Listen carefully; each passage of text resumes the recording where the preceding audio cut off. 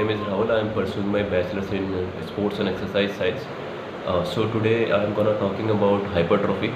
As you know, 2 days back मैंने एक story डाली थी कि हाइपरट्रॉफी पे अगर मैं पोस्ट डालूँ तो क्या आप जानना चाहोगे, तो काफ़ी लोगों का रिस्पांस यस आया था। तो ये वीडियो उसी के लिए है कि हाइपरट्रॉफी कैसे होती है, हाइपरट्रॉफी क्या है, क्योंकि वैसे काफ़ी लोगों को पता है लेकिन अब भी ऐसे है कई लोग जिनको इतनी नॉलेज उनको नहीं पता है। तो मैं आपको डिटेल में आज एक्सप्लेन करूँगा कि हाइपरट्रॉफी कैसे होती है और हाइपरट्रॉफी के क्या फैक्टर्स होते हैं, कैसे ग्रोथ होती है। तो इन शॉर्ट जो हाइपरट्रॉफी है, अगर मैं लेमन टर्म्स से बोलूँ, हाइपरट्रॉफी का जो मतलब है वो होता है गेन्स, मतलब मसल गेन। एक होती है आपकी सार्कोप्लाज्मिक हाइपरट्रॉफी, एक होती है ट्रांजिएंट हाइपरट्रॉफी, एक होती है मायोफिब्रिलर हाइपरट्रॉफी। तो अभी हम सिर्फ मायोफिब्रिलर हाइपरट्रॉफी की बात करेंगे। मायोफिब्रिलर हाइपरट्रॉफी मतलब मसल में हाइपरट्रॉफी, मतलब मसल गेन। जो ट्रांजिएंट और सार्कोप्लाज्मिक होती है, ट्रांजिएंट हाइपरट्रॉफी कुछ नहीं होती, जैसे हम एक्सरसाइज करते हैं, हमने एक्सरसाइज किया, एक्सरसाइज करने के बाद जो आपको ऐसा लगता है कि मसल बड़ा हो गया है, वो कुछ नहीं, वो थोड़ी देर का होता है, वो ट्रांजिएंट हाइपरट्रॉफी कहते हैं। जो सार्कोप्लाज्मिक हाइपरट्रॉफी होती है, सार्कोप्लाज्मिक हाइपरट्रॉफी क्या कुछ नहीं होता, बस आपके मसल में थोड़ा सा फ्लूइड एक्यूमुलेशन हो जाता है, वो भी कुछ देर का होता है, ठीक है, फिर उसके बाद वो नॉर्मल हो जाता है। तो ट्रांजिएंट, सार्कोप्लाज्मिक और मायोफिब्रिलर। तो अभी हम मायोफिब्रिलर की बात करेंगे। मायोफिब्रिलर मतलब मायो मीन्स मसल, फिब्रिलर मतलब फाइबर। तो ये समझ लीजिए मसल की हाइपरट्रॉफी की आज हम इस बारे में डिस्कस करेंगे। तो जो मसल जो हाइपरट्रॉफी होती है वो कैसे होती है। तो इन शॉर्ट अगर आपको मसल को बढ़ाना है उसके लिए आपको एक्सरसाइज करनी ही पड़ेगी। तो बिना एक्सरसाइज के जो मसल ग्रोथ होगी वो उतनी नहीं होगी जितना आप नॉर्मली अगर आप बिना एक्सरसाइज के करेंगे। तो आप अगर आप डेली भी कहीं भी मेट्रो में जाते हैं, पब्लिक प्लेसेस में जाते हैं, तो जो आप काफ़ी एज में बड़े लगे 30-35 या 25-30 साल के लोगों को एक बार देखोगे, वो वेल बिल्ट होते हैं लेकिन उनके मसल्स जो है ना उतने बिल्ट नहीं होते, उनका स्ट्रक्चर काफ़ी बड़ा होता है। तो ये होता है कि मसल्स उतना ग्रो नहीं होते। लेकिन आप एक 16, 17 या 18 या 20 साल के अगर आप लड़के को जिम में देखोगे तो उसका जो फिजिक होगा वो इतना बिल्ट होता है, क्योंकि वो एक्सरसाइज से उन्होंने एक्सरसाइज एक स्टिमुलस दिया है, मसल्स को ग्रो होने का एक रीज़न दिया है। तो इन शॉर्ट अगर आप हाइपरट्रॉफी चाहते हैं तो हाइपरट्रॉफी के लिए आपको क्या है कि एक्सरसाइज करनी पड़ेगी। तो अभी हम जैसे हमने हाइपरट्रॉफी को कर लिया कि 3 कौन सी टाइप्स हैं, हम मायोफिब्रिलर की बात करेंगे। तो मायोफिब्रिलर हाइपरट्रॉफी में क्या है, अब हाइपरट्रॉफी के है आपके 3 फैक्टर कि हाइपरट्रॉफी किन 3 फैक्टर्स पे डिपेंड करती है। तो पहला फैक्टर हो गया आपका मैकेनिकल फैक्टर, दूसरा फैक्टर हो गया आपका न्यूट्रिशनल फैक्टर जो भी हम खाते हैं, तीसरा फैक्टर हो गया आपका एनाबॉलिक फैक्टर, हॉर्मोन्स का कह सकते हो आप। तो अभी इन दोनों की हम बात नहीं करेंगे कि न्यूट्रिशनल और एनाबॉलिक फैक्टर्स क्या है।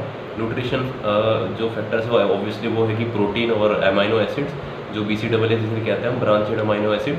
मतलब न्यूट्रिशन में आप अमाइनो एसिड मतलब प्रोटीन कह सकते हो, और जो एनाबॉलिक तीसरा फैक्टर है वो आप IGF-1 ऐसे करके काफ़ी सारे हॉर्मोन्स होते हैं। तो इनको छोड़ के हम सबसे पहले मैकेनिकल जो फैक्टर है उस पर हम बात करेंगे। तो मैकेनिकल फैक्टर कुछ नहीं है। मैकेनिकल फैक्टर में क्या है कि अगर आप देखेंगे तो जो स्टिमुलस जो होता है, स्टिमुलस मतलब एक तरह से ट्रिगरिंग पॉइंट, मसल्स को ग्रो होने का जो ट्रिगरिंग पॉइंट होता है वो एक तरह से मैं आपको बताता हूँ कि वो एक तरह से पाँच ट्रिगरिंग पॉइंट है, 5 स्टिमुलस है जिनसे हाइपरट्रॉफी होती है। पहला होती है आपका मैकेनिकल टेंशन, दूसरा है मेटाबॉलिक स्ट्रेस, तीसरा है मसल डैमेज, उसके बाद एनाबॉलिक हार्मोन्स का प्रोडक्शन, और फिर 5वां है न्यूट्रिशनल का। तो अभी हम सिर्फ मेटाबॉलिक स्ट्रेस, मैकेनिकल टेंशन और मसल डैमेज पे बात करेंगे।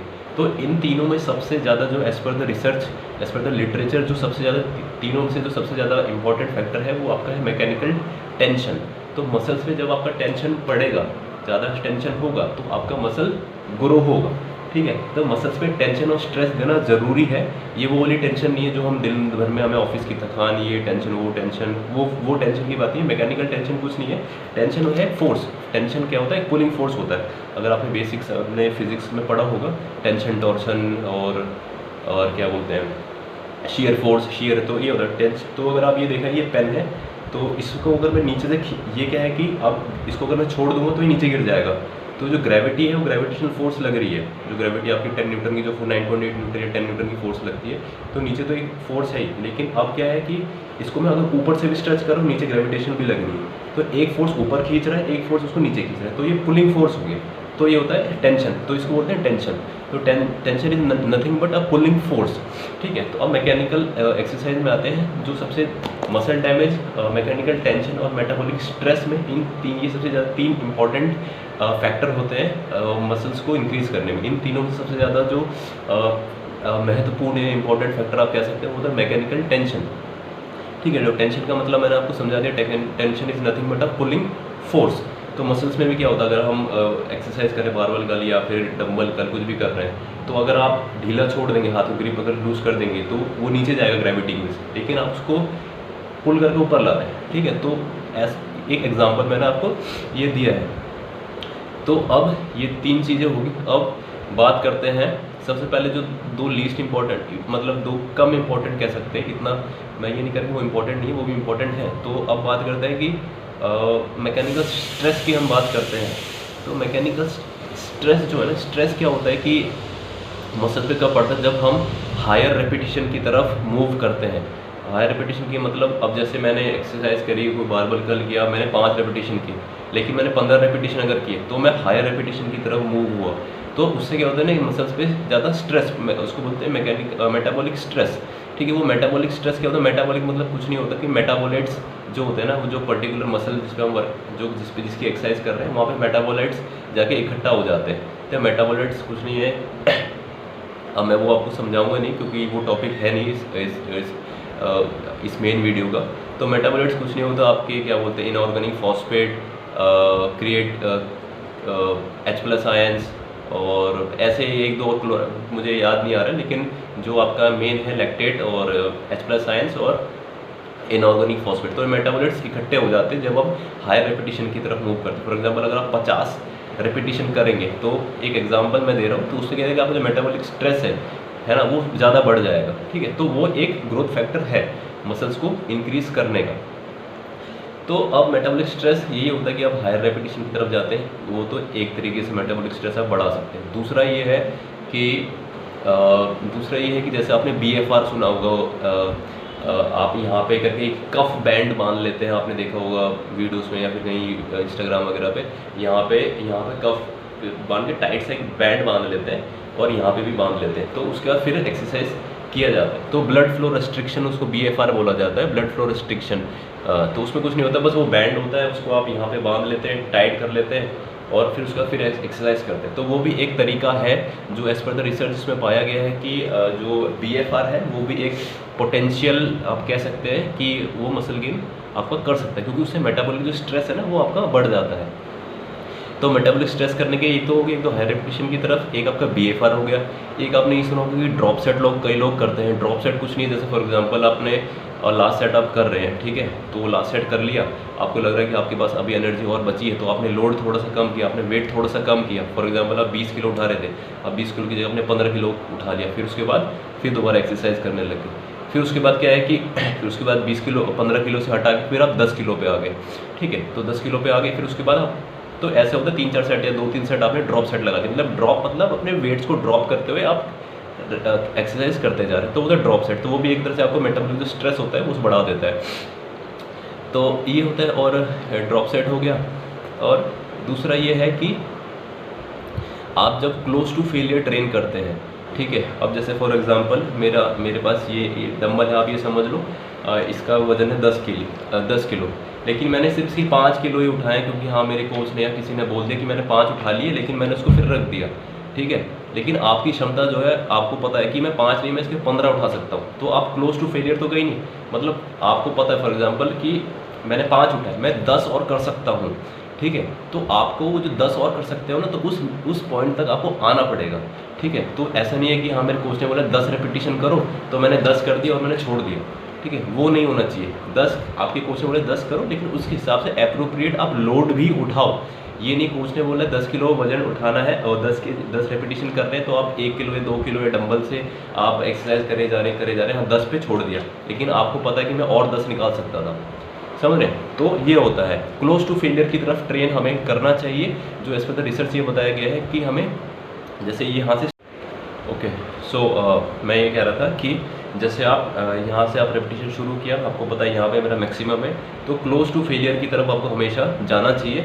ये नहीं कि मैं कह रहा हूँ कि आप फेलियर तक ही जाओ हर बार, ठीक है, हर सेट में फेलियर की तरफ जाने की ज़रूरत नहीं है, लेकिन क्लोज टू फेलियर जाने की कोशिश करो। ऐसे नहीं कि आप यहाँ से स्टार्ट कर रहे हो और आप यहीं पे रुक गए, तो वो हाइपरट्रोफी नहीं है, वो मतलब खेल कूद है, वो टाइम पास कर रहे हो। तो क्लोज टू फेलियर जाने की कोशिश किया करो हर सेट में। और अगर आपका मन है, अगर आप चाहते हो फेलियर जाना, हर सेट में फेलियर मत कोशिश करो कि ना ही जाओ, क्योंकि आगे फिर आपका फिर उतना नेक्स्ट सेट में आप उतना परफॉर्म नहीं कर पाओगे। ठीक है, तो जल्दी से रिकैप करते हैं। तो मैकेनिकल स्ट्रेस बढ़ाने के लिए क्या है कि थोड़ा हायर रेपिटेशन, दूसरा है आपका BFR ब्लड फ्लो रेस्ट्रिक्शन, तीसरा है आपका ड्रॉप सेट, और लास्ट वाला जो मैंने बताया क्लोज टू फेलियर, जो कि इंपॉर्टेंट फैक्टर है। एक तरह से आपको क्लोज टू फेलियर ट्रेन करना चाहिए। ये नहीं कि मैं 4-5 करके छोड़ देता हूँ, आपके पास एनर्जी है, अगर आप कर सकते हैं तो क्लोज टू फेलियर जाने की आपको कोशिश करनी चाहिए। ठीक है, तो ये हो गया आपका मैकेनिकल स्ट्रेस। ठीक है, अब बात करते हैं मसल डैमेज की। ठीक है, तो इतना इम्पॉर्टेंट नहीं है, लेकिन हाँ 3 जो आपके हाइपरट्रोफी के जो फैक्टर है, मतलब मसल गेन के जो फैक्टर है, उसमें भी ये काउंट होता है। इतना इम्पॉर्टेंट नहीं है, लेकिन तब भी जितना भी है तो उसमें हाइपरट्रोफी, उसमें मसल डैमेज में कुछ नहीं है। मसल डैमेज कैसे होगा, मसल आप एक्सरसाइज करेंगे तो मसल डैमेज होगा ही होगा। तो लेकिन उसमें क्या है कि आप फुल रेंज ऑफ मोशन करना चाहिए एक्सरसाइज का। फॉर एग्जांपल मैं अगर बाइसेप कर्ल कर रहा हूँ, यहाँ से स्टार्ट होके यहाँ पे रेंज ऑफ मोशन, ये कंप्लीट रेंज ऑफ मोशन। कई लोग होते हैं यहीं ख़त्म कर देते हैं। ठीक है, तो आपको ज़्यादा लोड भी उठाना है, दूसरों को दिखाना भी है, शो ऑफ भी करना है, तो उसमें क्या होता है, उस केस में यहीं करके फिर छोड़ देते हैं। ये सिर्फ एक एक्सरसाइज में, हर एक्सरसाइज में होता है। आपने स्क्वाट्स में देखा होगा, है ना, आधा स्क्वाट्स, मैं ये नहीं कह रहा कि आप बिल्कुल नीचे ही बैठ जाओ स्क्वाट्स में, लेकिन क्या होता है बिल्कुल ऊपर से स्टार्ट करते हैं, हल्का से थोड़ा सा नी बेंड हुए, फिर ऊपर हो गए, तो वो कुछ नहीं, वो टाइम पास है, वो खेल कूद कर रहे हैं। तो फुल रेंज ऑफ मोशन हमेशा कोशिश नहीं कीजिए, फुल रेंज ऑफ मोशन ही आपको हर एक्सरसाइज में करना चाहिए। Full range of motion of eccentric control. Eccentric control कुछ नहीं है, जब हम कोई भी एक्सरसाइज करते हैं तो उसके 2 चीज़ होती है, एक कॉन्ट्रैक्शन 2 तरीके होता है, एक तो कॉन्सेंट्रिक, इसेंट्रिक। मैं आपको इजीली जल्दी से समझा देता। कॉन्सेंट्रिक कुछ नहीं होता, ये जो फेज़ है, ये वाली जो ये जो फेज़ है, ये कॉन्सेंट्रिक फेज़ होता है, जो अगेंस्ट द ग्रेविटी होता है। बस इस चीज़ को ऐसे स्टार्ट कर लीजिए, याद रखिए कि आपको कन्फ्यूजन नहीं होगी। जो भी मूवमेंट अगेंस्ट द ग्रेविटी होगी, ग्रेविटी के उल्टी साइड होगी, वो होगा आपका कॉन्सेंट्रिक फेज। जो टूवर्ड्स द ग्रेविटी होगी, वो आपका इसेंट्रिक फेज होता है। ठीक है, तो अब लेकिन ये चीज़ क्या है ना, मशीन्स में आप कन्फ्यूज हो जाओगे कि मैं ऐसे कर रहा हूँ लेकिन लोड ऊपर जा रहा है। ठीक है, तो उसमें आप कंफ्यूज हो जाओगे। बस ये याद रखो कि उसके बाद जो भी हम कर रहे हैं, वो अगर अगेंस्ट द ग्रेविटी है तो वो तो कंसेंट्रिक फेज हो गया, जो टुवर्ड्स द ग्रेविटी वो इसेंट्रिक हो गया। ठीक है, तो अब मसल डैमेज का क्या है, एक तो फुल रेंज ऑफ मोशन, दूसरा इसेंट्रिक कंट्रोल। ठीक है, तो हमें इसेंट्रिक कंट्रोल रखना चाहिए। फॉर एग्जाम्पल आपने कई लोगों को देखा होगा कि जल्दी करते हैं, रेपिटेशन को निपटाते हैं, है ना, जैसे टाइम पास करते हैं, तो वो सब टाइम पास से खेल कूद है। तो उसके लिए क्या करना है कि आप कंट्रोल्ड होना चाहिए आपका इसेंट्रिक। फॉर एग्जाम्पल अगर आप बाइसेप कर्ल कर रहे हो, अभी मैं खड़ा नहीं हो सकता, मैं बैठ के ही कर रहा हूँ, तो इसलिए मैं आपको यही एग्जांपल दे रहा हूँ बाइसेप का। ठीक है, तो अगर आप बाइसेप कर्ल कर रहे हो तो जो आपका नीचे वाला मूवमेंट है कंट्रोल्ड होना चाहिए। मैं ये भी नहीं कह रहा कि सुपर स्लो हो जाओ आप, लेकिन आपका कंट्रोल्ड होना चाहिए। ठीक है, क्या कंट्रोल्ड। एक्सप्लोजिव आपका क्या होता है, कॉन्सेंट्रिक फेस, नीचे कंट्रोल्ड, एक्सप्लोजिव कंट्रोल। तो कोई भी एक्सरसाइज करो जो इसका इसेंट्रिक मूवमेंट हो, वो कंट्रोल्ड होना चाहिए, सुपर स्लो मत करो। ठीक है, क्योंकि फिर उसके बाद आप ऑलरेडी थक जाओगे, उसके बाद उतना एफर्ट नहीं दे पाओगे अगले सेट में। तो कंट्रोल्ड मूवमेंट होना चाहिए, मतलब जल्दी से नहीं। कई लोग जैसे कि एकदम से क्या धड़ाम से नीचे छोड़ देते हैं, ग्रेविटी को सारा वो कर लेते हैं। आपके मसल्स को तो टेंशन मिलना चाहिए ना, आपके मसल ज़्यादा काम करने चाहिए, ग्रेविटी को उतना काम नहीं करना। आपकी ग्रिप टाइट होनी चाहिए, और जब आप नीचे लेके जाओगे तो कंट्रोल हो, कोई भी एक्सरसाइज हो। ठीक है, तो अगर आप क्या बोलते हैं कि कैसे समझाऊँ मैं आपको, शोल्डर प्रेस कर रहे हैं फॉर एग्जांपल, शोल्डर प्रेस कर रहे हैं, ये आपका पुश, ये आपका एक्सप्लोजिव हो। ठीक है, जब कंट्रोल हो, ये एकदम से नीचे नहीं आना चाहिए। ठीक है, जल्दी से नहीं, तो कंट्रोल्ड नीचे आए, समझ रहे, पुश कंट्रोल्ड नीचे। तो ये हर एक्सरसाइज में अप्लीकेबल होता है। बस आपको ये ध्यान रखना है कि full range of motion eccentric control होना चाहिए। ठीक है, और जो कंसेंट्रिक फेज होता है, उस कोशिश करो उसको एक्सप्लोजिव करो। एक्सप्लोजिव मतलब कैसे, ये भी नहीं है कि एकदम से आप डंबल उठा के फेंक दे रहे हो। ठीक है, तो अगर ऐसा हो रहा है तो इसका मतलब ये है कि वो आपने बहुत ही ज़्यादा लाइट वेट चूज़ किया है। ठीक है, आपको ऐसा नहीं करना है। ठीक है, लोड आपका, लोड जो है, लोड मतलब वेट, वो आपका ऐसा होना चाहिए कि क्या होते हैं, कैसे समझाऊँ मैं आपको टेंशन पड़ना चाहिए, इफेक्टिव टेंशन पड़ना चाहिए। थोड़ा बहुत तो अगर आप 1 किलो भी उठाओगे टेंशन पड़ेगा, लेकिन जो हाइपोट्रोफी के लिए लोड करेक्ट चूज़ करो। नहीं तो फिर अब ये सोचो कि मैं 4 सेट करूँगा, 1 किलो से स्टार्ट करता हूँ, लास्ट वाला सेट 10 किलो से शुरू करूँगा। ठीक है, तो वहाँ तक आने में इतना टाइम लगेगा, तो इसलिए कोशिश करो ना, जब 10 किलो आपका मैक्सिमम है तो कोशिश करो 7 किलो से स्टार्ट करो। ठीक है, तो अब वो टॉपिक नहीं है अभी डिस्कस करने का, तो अभी हम वो नहीं करेंगे। तो मसल डैमेज का 2 था, full range of motion, eccentric control. ठीक है, इस कंट्रोल तो आपको समझ में आ गया, जो टुवर्ड्स द ग्रेविटी वो कंट्रोल होना चाहिए। दूसरा जो है कंसेंट्रिक फेज। ठीक है, कई लोग क्या होते हैं उसमें भी अलग अलग तरीके से करते हैं, सुपर स्लो करेंगे ये वो। तो अगर आप strength and conditioning point of view देखें, जैसे एथलीट्स को ट्रेन किया जाता है, या फिर रिहेबिलिटेशन पॉइंट ऑफ व्यू से देखेंगे, तो वहाँ पे धीरे धीरे करना, या फिर आइसोमेट्रिक होल्ड नहीं है कि मतलब वहीं पे एकदम से रोक के रखना। ये सब चीज़ें स्ट्रेंथ एंड कंडीशनिंग और रिहैबिलिटेशन पॉइंट ऑफ व्यू से इंपॉर्टेंट है, लेकिन अगर आप हाइपरट्रोफी से करेंगे, आपका मेन गोल है कि आपका जो, अब मसल फाइबर दो तरीके होते हैं, एक स्लो ट्विच एक फास्ट ट्विच, ठीक है। तो जो फास्ट ट्विच मसल फाइबर होते हैं, जो मसल्स बढ़ेगा तो बढ़ने की जो क्षमता है वो फास्ट ट्विच मसल फाइबर में ज़्यादा होती है। तो हमारा मेन टारगेट ये होता है कि हम ज़्यादा से ज़्यादा मसल जो हाइट क्या बोलते हैं फास्ट ट्विच मसल है उनको ज़्यादा रिक्रूट करें। वो ज़्यादा रिक्रूट तभी होंगे एकदम से हम फोर्सफुल एक्सप्लोजिव कॉन्ट्रैक्शन करेंगे। पर इसका मतलब ये नहीं है आप 1 किलो ले रहे हो उसके बाद फोर्सफुल कॉन्ट्रैक्शन कर रहे हो। तो लोड अप्रोप्रिएट चुनो। अगर आप एकदम से उछाल के फेंक देने वाला कर पा रहे हो तो उसका मतलब ये कि आपने लोड बहुत हल्का लिया, वो खेल कूद है, टाइम पास कर रहे हो आप, ठीक है। लोड सही चुनो, ठीक है। मतलब टाइम पास मत करो जिम में कि कोच ने बोली 10 करूँगा तो 10 ही करूँगा और 10 पे ही कर रहा हूँ, ठीक है। तो लोड 1 किलो से आज स्टार्ट किया तो उसको बढ़ाना चाहिए, ठीक है। तो मेटाबॉलिक स्ट्रेस हो गया, मसल डैमेज हो गया, दो चीज़ जो सबसे ज़्यादा तीसरा मेन इंपॉर्टेंट है। तो बिना टाइम वेस्ट के मैं उस पर आता हूँ। मैकेनिकल टेंशन कुछ नहीं है, इंग्लिश में अगर आपको डेफिनेशन समझाऊँ तो mechanical tension is the force exerted on the muscle to resist to produce to control the force, ठीक है। मतलब मैकेनिकल टेंशन क्या होता है कि मसल्स पे एक फोर्स अप्लाई हो रहा है ताकि मसल्स उस फोर्स को कंट्रोल कर सके या रजिस्ट कर सके या प्रोड्यूस और अपनी तरफ से फोर्स प्रोड्यूस कर सके, ठीक है। अगर आप एक्सरसाइज करोगे ऑब्वियसली फोर्स प्रोडक्शन होता है उसमें, तो सिंपल ये फिजिक्स है, ठीक है। तो अगर आप जैसे कुछ वेट उठा रहे हो, पुश कर रहे हो, ठीक है, तो आपका क्यों ना फोर्स जनरेट कर रहे हो, ठीक है। फोर्स जनरेट की वजह से वो लिफ्ट आपका कंप्लीट हो रहा है, लिफ्ट मतलब वो मूवमेंट कंप्लीट कर पा रहे हो, ठीक है। तो ये होता है mechanical tension. Mechanical tension is nothing but the force applied on the muscles to resist to control to produce force. तो ये सिंपल हिंदी या इंग्लिश में अब मैं कह सकता हूँ, ठीक है। ये होता है मैकेनिकल टेंशन। तो मैकेनिकल टेंशन सबसे ज़्यादा मेन ड्राइवर है हाइपरट्रोफी का, मेन इंपॉर्टेंट फैक्टर सबसे ज़्यादा अगर कह सकते हैं तो, ठीक है। तो अब मैकेनिकल टेंशन कैसे बढ़ाई जाए? मैकेनिकल टेंशन बढ़ाने के लिए क्या है कि थोड़ा वॉल्यूम जो है थोड़ा सा इंक्रीज़ करो। आप वॉल्यूम जैसे इंक्रीज़ करोगे तो मैकेनिकल टेंशन आपका बढ़ेगा, ठीक है। इसका मतलब ये नहीं है कि आप एक ही एक्सरसाइज के मतलब 15-15 सेट कर रहे हैं, ठीक है। वॉल्यूम आपका ठीक होना चाहिए, मैं बोलूँगा टूवर्ड्स थोड़ा सा हाई होना चाहिए, लेकिन हाई भी रिलेटिव है। मेरा हाई आपका बहुत ज़्यादा कम हो सकता है और आपका हाई मेरे लिए बहुत ज़्यादा कम हो सकता है, तो ये हाई सब्जेक्टिव है।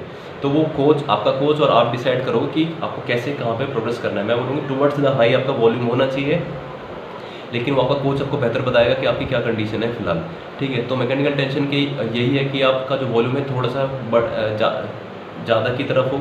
और दूसरा ये है कि हाँ, तो जैसे मैंने बताया कि आपका वॉल्यूम हो गया और दूसरा हो गया आपका प्रोग्रेसिव ओवरलोड, ठीक है। ये टर्म्स आपने बहुत बार सुना होगा, प्रोग्रेसिव ओवरलोड। प्रोग्रेसिव ओवरलोड कुछ नहीं है, मतलब टाइम के साथ आप अपना वजन जो आप उठा रहे हो वो बढ़ाते जाओ। फॉर एग्जांपल आपने जिम ज्वाइन किया, स्टार्टिंग में आप 2 किलो के डंबल से उठा रहे हैं, ठीक है। अब आपको उतना एडेप्टेशन नहीं है तो ऑब्वियसली आप कम वेट से उठाओ, लेकिन 6 महीने जिम में गुजार दिए और 6 महीने आप 2 किलो से उठा रहे हो, तो इसका मतलब है कि वो खेल कूद है, आपने प्रोग्रेसिव ओवरलोड नहीं किया। तो प्रोग्रेसिव ओवरलोड एक तरह से वो तरीका है कि एक तरह से आप लोड बढ़ा रहे हो, ठीक है। तो प्रोग्रेसिव ओवरलोड करने के बहुत तरीके हैं, लेकिन एक तरीका ये है कि आप जो भी लिफ्ट या जो भी वजन आप उठा रहे हो डंबल से, बारबल से, जो भी प्लेट्स हैं, जो एक्सटर्नल वजन आप उठा रहे हो उसको बढ़ाते जाओ टाइम के साथ साथ। प्रोग्रेस अपने टाइम के साथ साथ लोड को भी उठाते जाओ, क्योंकि क्या आप 2 किलो उठा रहे हो, बॉडी अडेप्ट हो जाती है। इसका मतलब ये कि बॉडी को पता चल जाता है कि आप 2 किलो इसने उठाया, अब मैं उठा रहा हूँ। बॉडी को पता है राहुल ने 2 किलो उठाया, लेकिन अब मसल्स को स्ट्रॉन्गर बनाना है ताकि अगली बार ये 2 किलो उठाए तो ये आसानी से कर ले, ठीक है। तो ऐसा होता है। स्टार्टिंग में आपने देखो कि वजन इतना नहीं उठता है जब आप जिम में जाते हैं, तो धीरे धीरे करके हम ज़्यादा लिफ्ट कर पाते हैं। वो कुछ नहीं होता कि आपका क्या होता है, एडेप्टेशन हो जाता है, न्यूरल एडेप्टेशन कह लो, या बहुत सारे एडेप्टेशन हो जाते हैं आपके, और आप ज़्यादा से ज़्यादा मसल फाइबर रिक्रूट कर पाते हो, ज़्यादा मोटर यूनिट्स रिक्रूट कर पाते हो, ठीक है। तो मैकेनिकल टेंशन के 2 हैं, वॉल्यूम को थोड़ा सा बढ़ाओ, दूसरा ये है कि प्रोग्रेसिव ओवरलोड करो। तो ये 3 चीज़ें हैं, ठीक है। अब मसल अब क्या होता है एग्जैक्टली होता क्या है, तो अब जैसे भी अब एक्सरसाइज करते हो, ठीक है, एक्सरसाइज किया आपने, मसल्स पे स्ट्रेस और टेंशन पड़ना बहुत ज़्यादा ज़रूरी है। बिना टेंशन स्ट्रेस के मसल्स ग्रो नहीं होगा आपका। जो आप सोच रहे हो कि मैं इंस्टाग्राम जैसे पे जो मॉडल्स है वो बॉडी बना लूँ, तो टेंशन एक्सरसाइज इन शॉर्ट आपको करनी पड़ेगी। तो मैं जैसे ही आपने एक्सरसाइज करी, फॉर एग्जाम्पल ये डंबल है 5 किलो का, मैंने एक्सरसाइज करी, ठीक है। अब क्या होता है कि अब जो हमारे मसल फाइबर्स के कुछ सेंसर्स होते हैं जिनको हम मैकेनो सेंसर्स बोलते हैं, ज़्यादा डीप में नहीं जाऊँगा, लेकिन समझ लो सेंसर्स होते हैं। तो सेंसर के वो डिटेक्ट कर लेते हैं कि मसल्स पे टेंशन हुआ है, टेंशन पड़ा है, ठीक है। तो मसल्स पे टेंशन पड़ा है और वो डिटेक्ट कर लेते हैं, फिर वो आगे का फर्दर प्रोसेस करते हैं जिसको एक मैकेनो ट्रांसडक्शन प्रोसेस बोला जाता है। तो मैकेनो ट्रांसडक्शन प्रोसेस कुछ नहीं है, बस उसमें क्या है कि जो सेंसर्स होते हैं वो डिटेक्ट कर लेते हैं बाहर से टेंशन आ रहा है कि अब आगे फर्दर प्रोसीड करना है। ठीक है। तो जैसे आप एक्सरसाइज करते हैं, लोड पड़ता है, टेंशन पड़ता है, मैकेनो सेंसर एकदम से एक्टिवेट हो जाते हैं और उसके बाद क्या होता है, वो मैकेनो ट्रांसडक्शन का प्रोसेस होता है। ठीक है। उसके बाद क्या होता है कि आप क्या बोलते हैं कि आपका जो है प्रोटीन सिंथेसिस बढ़ जाता है। तो आपसे जो वीडियो का जो इंपॉर्टेंट पार्ट है वो आपसे शुरू हुआ है। तो आपका क्या है कि जो प्रोटीन सिंथेसिस बढ़ जाता है। प्रोटीन सिंथेसिस कुछ नहीं होता, प्रोटीन सिंथेसिस क्या होता है कि प्रोटीन जो मसल्स बनने की प्रक्रिया ज़्यादा बढ़ जाती है, एक तरह से इन शॉर्ट आप देसी भाषा में ये समझ लो। ठीक है। तो बढ़ जाता है, तो अब प्रोटीन सिंथेसिस बढ़ गया मतलब एक तरह से बॉडी को स्टिमुलस मिल गया। अब उसके बाद फिर खाने की बारी आती है, फिर उसके बाद आपको बॉडी को प्रोटीन चाहिए। प्रोटीन कैसे चाहिए, आप जैसे आपने एक्सरसाइज करी तो आपके जो मसल्स के जो अंदर के जो फाइबर्स है वो ब्रेक डाउन होते हैं। तो इन शॉर्ट माइक्रो ट्रॉमा उनको बोला जाता है, माइक्रोस्कोपिक टीयर हो जाता है। तो आप जैसे एक्सरसाइज करने के बाद आपको पेन होता है, जो सोरनेस होती है वो कुछ नहीं होता है कि आप जो है आपके जो मसल्स फाइबर्स हैं वो टीयर हो चुके हैं। ठीक है। वो ब्रेक डाउन कह लो, ब्रेक डाउन हो गए। अब उसके लिए क्या चाहिए, अब एक्सरसाइज आपने ब्रेक डाउन तो कर दिया लेकिन कहानी यहाँ खत्म नहीं हुई, कहानी यहाँ पे शुरू हुई है। आपने ब्रेक डाउन कर दिया, ब्रेक डाउन करने के बाद आपको चाहिए न्यूट्रिशन, जो मैंने बताया था बहुत पहले की हार्मोनल जो न्यूट्रिशन का बताया था। न्यूट्रिशन के लिए चाहिए आपको अमाइनो एसिड्स, ठीक है, एसेंशियल अमाइनो एसिड, प्रोटीन चाहिए, इन शॉर्ट आप कह सकते हैं। एक्सरसाइज कर ली, कहानी शुरू हुई है, अब चाहिए आपको न्यूट्रिशन। न्यूट्रिशन मतलब प्रोटीन। प्रोटीन से क्या है मतलब, अब जो आपने एक्सरसाइज करी, मसल फाइबर तो डैमेज कर दिया आपने, ठीक है, और वो डैमेज होगा और वो होना जरूरी है। ठीक है। मसल डैमेज कर दिया, मसल डैमेज करने के बाद उसको न्यूट्रिशन चाहिए, न्यूट्रिशन मिलेगा प्रोटीन से। प्रोटीन आप कुछ भी खाओ, जरूर मैं ये नहीं कह रहा कि वे प्रोटीन सप्लीमेंट से हो, आप egg, chicken, soybean, milk, paneer जो खा रहे हो खाओ, लेकिन प्रोटीन क्वालिटी प्रोटीन होगा तो आपके लिए प्रोटीन सिंथेसिस में आपके लिए हेल्प करेगा। ठीक है। तो आपने प्रोटीन लिया, तो एक्सरसाइज करके कहानी शुरू करी, प्रोटीन लिया, उसके बाद फिर आपको रिपेयर होना है। तो सो जाओगे, सोते रहोगे, या वो रिपेयरमेंट आपकी चलती रहेगी। अच्छा सोओगे, ज़्यादा अच्छे से 7 से 9 घंटे की गुड स्लीप लोगे तो आपका रिपेयर होगा। ठीक है। तो ये आपका हाइपरट्रोफी का मसल गेन करने का ये एक प्रोसेस है। ठीक है। तो अब इन शॉर्ट अब देखा जाए, वॉल्यूम, इंटेंसिटी और फ्रीक्वेंसी, ये 3 चीज़ होते हैं इंपॉर्टेंट किसी भी एक्सरसाइज को करने के। वॉल्यूम कुछ नहीं होता, वॉल्यूम ये है कि आप कितना सेट, कितने रेपिटेशन और कितना लोड वजन उठा रहे हैं। ठीक है। तो अब मैं वॉल्यूम कैलकुलेट करना सिखाऊंगा नहीं, लेकिन हाँ ये है कि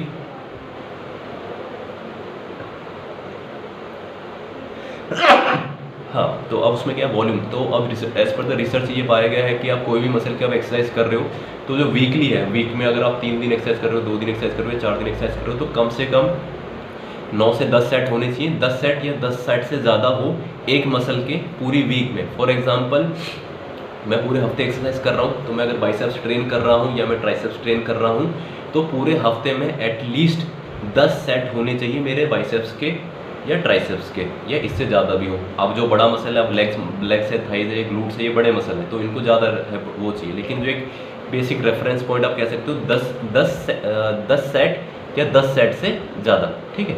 तो अब वो 10 सेट आप पूरे हफ्ते में कैसे भी डिवाइड कर सकते हो। आप मंडे, ट्यूसडे, वेडनेसडे जिम जा रहे हो तो आपने बाइसेप्स की 3 एक्सरसाइज मंडे को कर दी, फॉर एग्जांपल 3 एक्सरसाइज आपने वेडनेसडे को कर दी, 3 और 3 6, और बाकी के 4 सेट आपने कर दिए क्या बोलते हैं वेडनेसडे को। ठीक है। तो इन शॉर्ट 10 सेट या 10 सेट से ज़्यादा जो है एक मिनिमम जो है, एक तरह से आप रेफरेंस पॉइंट कह सकते हैं। 10 सेट या 10 सेट से ज़्यादा एक मसल को एक पूरे हफ्ते में एटलीस्ट ट्रेन होना चाहिए, इतना वॉल्यूम मिलना चाहिए। ठीक है।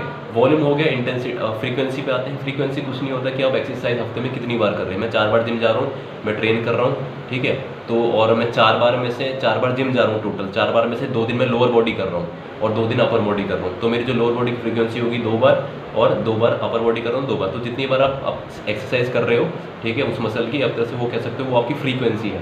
ठीक है। आप फ्रीक्वेंसी कितनी होनी चाहिए, अब जो एज पर द लिटरेचर, मतलब एज पर द स्टडी, ये कह सकते हो आप कि फ्रीक्वेंसी क्या है कि अगर वॉल्यूम बराबर है, मतलब एक लड़का राहुल और एक लड़का अंकित दोनों एक्सरसाइज कर रहे हैं, तो वॉल्यूम अगर बराबर है, ये भी 10 सेट कर रहा है, ये भी 10 सेट कर रहा है, तो फ्रीक्वेंसी हमारी 1 से ज़्यादा 2 की ज़्यादा बढ़िया मानी जाएगी। फॉर एग्जांपल, अंकित कर रहा है 1 दिन एक्सरसाइज लेकिन कर 10 सेट ही रहा है, राहुल कर रहा है 2 दिन एक्सरसाइज लेकिन 10 सेट ही कर रहा है। तो जो हाइपरट्रोफिक जो रिस्पॉन्स होगा, जो हाइपरट्रोफी का जो बेनिफिट ज़्यादा मिलेगा वो मेरे को मिलेगा, क्योंकि मैं मतलब एक हफ्ते में एक बार करने से ज़्यादा है कि आप उस मसल को 2 बार ट्रेन करो।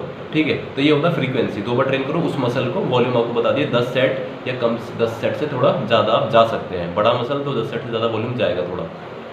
लेकिन ये पूरे हफ्ते का वॉल्यूम बता रहा हूँ, ये आप डिवाइड कर लोगे जितनी बार भी आप जिम जाते हो।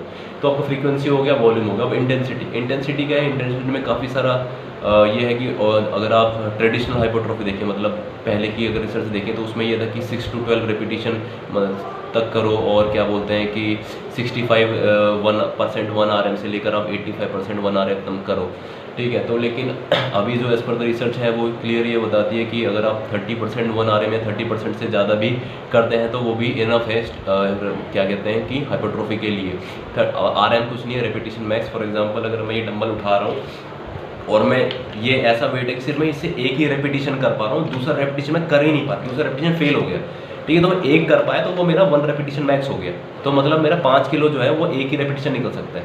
तो कहने का मतलब एक ऐसा वेट जिससे आप 30 रैप या 30 रैप से भी ज़्यादा 30 रैप या 30 रैप से कम की तरफ अगर आप जाओगे, ठीक है, तो as per the research 30% RM या 30% RM से ज़्यादा की इंटेंसिटी, ठीक है। तो इंटेंसिटी बढ़ेगी तो रेपिटेशन कम होगा, ये ध्यान रखो, ठीक है। तो 30% RM से ज़्यादा अगर आप हाई लोड पे जाएंगे तो भी वो हाइपरट्रॉफी रिस्पॉन्स के लिए इनफ है, ठीक है। तो लेकिन उसके साथ प्रोग्रेसिव ओवरलोड भी होना ज़रूरी है। इसका मतलब ये नहीं है कि कोई वजन है उसको मैं इतने रेपिटेशन पे उठा रहा हूँ और उसी को ही उठाते रहूँ, ठीक है, ये नहीं, टाइम के साथ साथ उस वजन को बढ़ाते रहो, ठीक है। तो इन शॉर्ट ऑफ रिकैप करते हैं, वीडियो काफ़ी लंबी हो गई है।